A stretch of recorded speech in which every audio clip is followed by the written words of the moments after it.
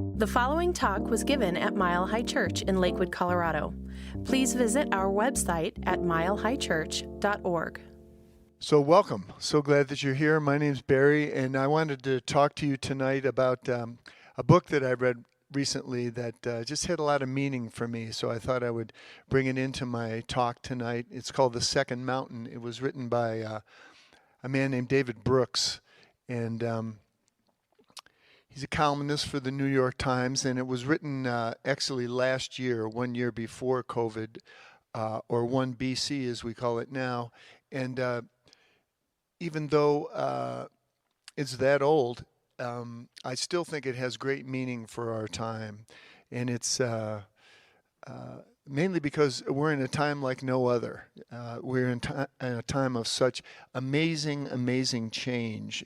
And that's what I want to talk about tonight, this change that we're going through and how we can embrace it consciously. We can bring a sense of joy to it and find a sense of purpose in our lives for when we move forward from this time. You know, in this book of Brooks, The Second Mountain, he describes the first mountain as that time in our lives when we're setting out and we're trying to establish ourselves, and we're looking to be a success and looking how we compare to the people around us, and we want to achieve and we want to acquire, and we climb that mountain and we do our best to make our mark. And often what happens to us is we fall off that mountain, or usually we get knocked off that mountain. It's something happens. Something happens during our climb. A relationship comes apart, or our reputation is damaged by something that we've done, or we lose a job, or we lose a family member, or some incredible tragedy happens in our lives that never could have seen coming. And we find ourselves in the valley. And I think that now, in the time that we're in, we're kind of in a collective valley because so much has been taken away. And we've been forced into this kind of confined little box here. One of the things that's really interesting around this place is about planning. Here we are on July 1st, and we got no plans for the summer. And we're planners. We love to plan. And believe me, we are continuing to plan over and over on Zoom every day. And yet, something else has so much more control over what's going on, and we have to surrender to it. And we also have to find ourselves in the present moment and live in the present moment and grow in the present moment. So we're in the valley now. And what Brooks describes as the second mountain is that time when we gather force in the valley and we look to build a life on the second mountain that is connected and that has meaning and that serves other people. And it's often in the valley where we get to see the greater picture of our lives and the greater picture of where we are, the greater picture of where we're connected and how we can make a difference. And instead of just seeking happiness, we look for joy. And that we find joy in being with other people, serving with other people, helping other people. And there's an enormous amount of work ahead of us now as we move out of this valley, and we don't know when that's going to be. We will move towards that second mountain. And what I want to talk about is how we help each other, move forward. One of the phrases that I love in his book is what he calls our moral ecology. Our moral ecology. And that's just kind of the way that we see things, the way that we operate. The people that we're around, kind of what feels right to us. What situations feel right to us. What he says is we all grow up in one moral ecology or another.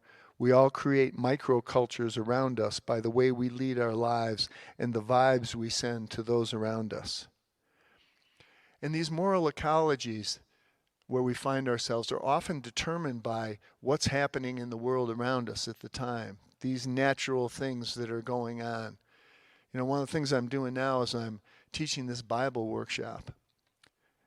And I love it because as we go through the history of the Bible and go through all the stories in the Bible, we see evolving ideas of who and what God is and how we connect with God.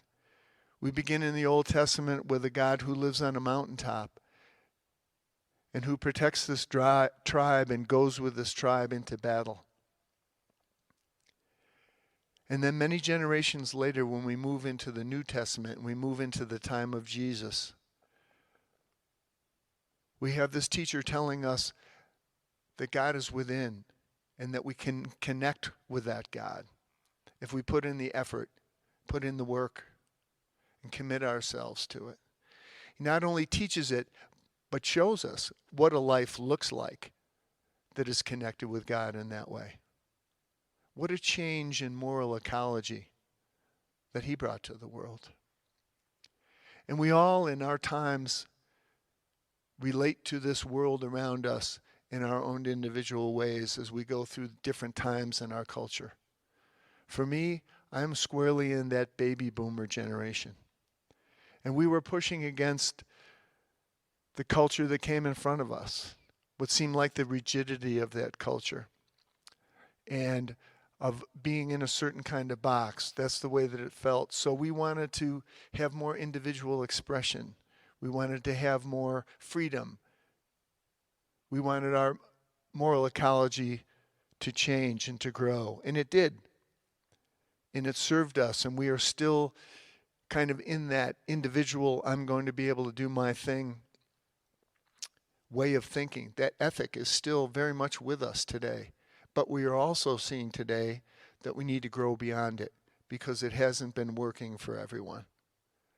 And I think that evolution of the way that Spirit works through us is so important and such a big part of our teaching here.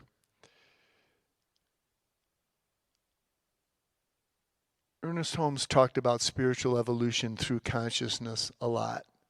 That's a big part of it for us as individuals here, to do our work, to clean up our own stuff so that we can show up in the world and be a part of allowing God to create through us.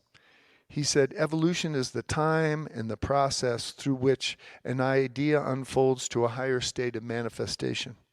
And since ideas are divine realities, evolution will go on forever. So that's really what's going on now. We're evolving spiritually, socially.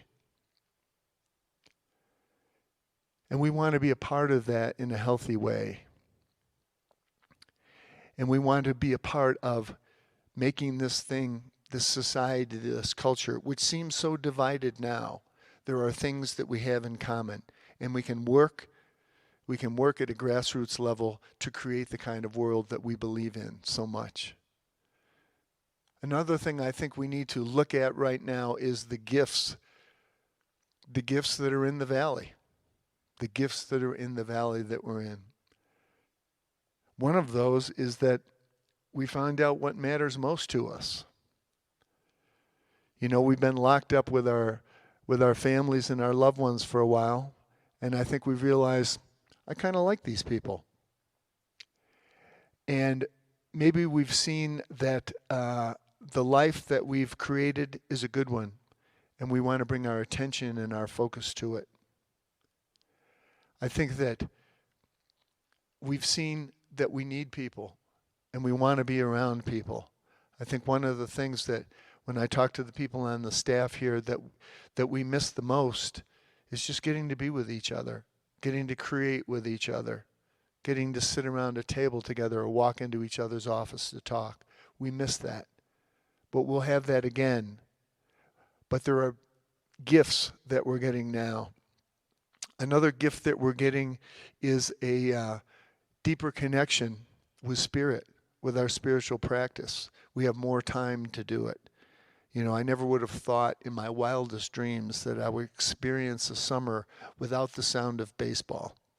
And yet, I've got a much deeper spiritual practice, and I got the best garden I've ever had in my life. So there's incredible good that's in it. Another thing that has happened in our culture is we have seen our shadow up close and personal. And because we were knocked off the mountain of climbing, success, distraction, entertainment, we had an opportunity to look at it. And I think that's one of the great gifts, that we're looking at it and that we're committed to doing something about it. That's one of the things that I think we're going to look back on in this time. When we look at this time, when we're sequestered, we're going to see that this is a time of great spiritual change, and we want to be a part of it now. My final point is moving from I to we. Moving from the perspective of me and what's most important to me. On the second mountain, we move to what's most important to the people around me. How can I give myself away rather than being focused on my ego and what I need? How can I focus more on how I can be of service and how I can help others? You know, in his book, Brooks says that our suffering in the valley shatters the illusion of self-sufficiency. I love that. Because we are committed to that archetype of the lone wolf. I can do it myself. I'm going to do it myself. And I think that we're finding now that we need each other. And we can see right in front of us during this time how important it is for all of us to be involved in this change, what he's calling moral ecology. If we can all be a part of it, if we can all find a way to listen to each other and to bring out the best in each other, to look for the best in each other, we can be a part of something incredible. You know, one of the things that he talks about the cultural change is that it's hard. It's hard work. And Brooks said, when a culture changes, obviously not everybody changes all at once. This is a big, diverse society, but the average behavior changes. I think what he means by that is we need to up our game individually and not count on other people to do it. And I wanted to bring up a quote for you to see here too, because I think this is the heart of it for me. This is the thing that really attracted me to this book and to this whole concept of the second mountain. He said, I want to emphasize who leads change in these moments, because it's relevant to the moment we find ourselves in today. It's not politicians who lead this kind of change. Instead, it's moral activists and cultural pioneers. Those who shape the manners and mores are the true legislators of mankind. They wield the greatest power and influence. I love that. We can't give our power away to politicians and think that that's where all of our power lies. This is a culture that is created by the people who are in it. And we are creating all the time, and God is creating through us all the time. There is an opportunity here that is so amazing, and we want to seize it. I want to close with a quote by our founder, Dr. Ernest Holmes. You know, he came into his teaching at a time in the 1920s, just after the end of World War I. A pandemic much like this one that caused so much destruction, caused so many people to lose faith. This was the time in the 1920s, 100 years ago. And this is when he stepped onto the stage to do his teaching. And I think these words are relevant to us today. He said, a new light is coming into the world. We are on the borderland of a new experience. The veil between spirit and matter is very thin. The invisible passes into visibility through our faith in it. A new science, a new religion, and a new philosophy are rapidly being developed. This is in line with the evolution of the great presence, and nothing can hinder its progress. We are a part of something big that Spirit has in mind for us, and it's good. So let's do our work, and let's climb that second mountain together. Thank you for listening to the Mile High Church podcast. This podcast is made possible by the generous contributions from listeners like you. If you'd like to make a donation, please visit us at milehighchurch.org. Have a fabulous day.